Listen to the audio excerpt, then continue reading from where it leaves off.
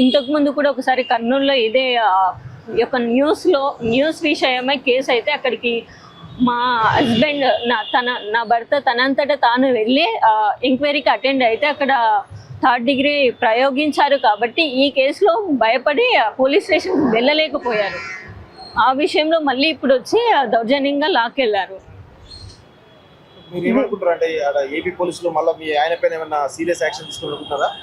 అదే భయం వేస్తుంది. ఇంత చిన్న కేసు, అది హత్య కాదు, రేపిస్ట్ కాదు, దొంగతనం చేసింది కాదు, జస్ట్ జర్నలిజం తన ప్రొఫెషన్ తను చేశాడు.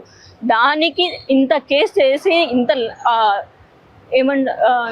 తీసుకెళ్లారు. ఆ దారిలో ఏం చేశారో, లాకప్ డెత్ చేశారో, ఏం చేస్తారో అని చాలా భయంగా ఉంది. ఎవరికి చెప్పాలి, ఇప్పుడు తనకేమైనా అయితే బాధ్యులు ఎవరు? కేసు పెట్టి మొన్ననే అయ్యింది కదా గాదే సాయి కృష్ణ, అట్లా లాకప్ డెత్ చేస్తే ఎవరికి తెలియకుండా మాయం చేస్తే నా ఫ్యామిలీ, నా పిల్లలు, నేను ఏమైపోవాలి? మాకు సపోర్టింగ్గా ఎవరూ లేరు. మాది మిడిల్ క్లాస్ ఫ్యామిలీ, మేము ఏం చేయాలి?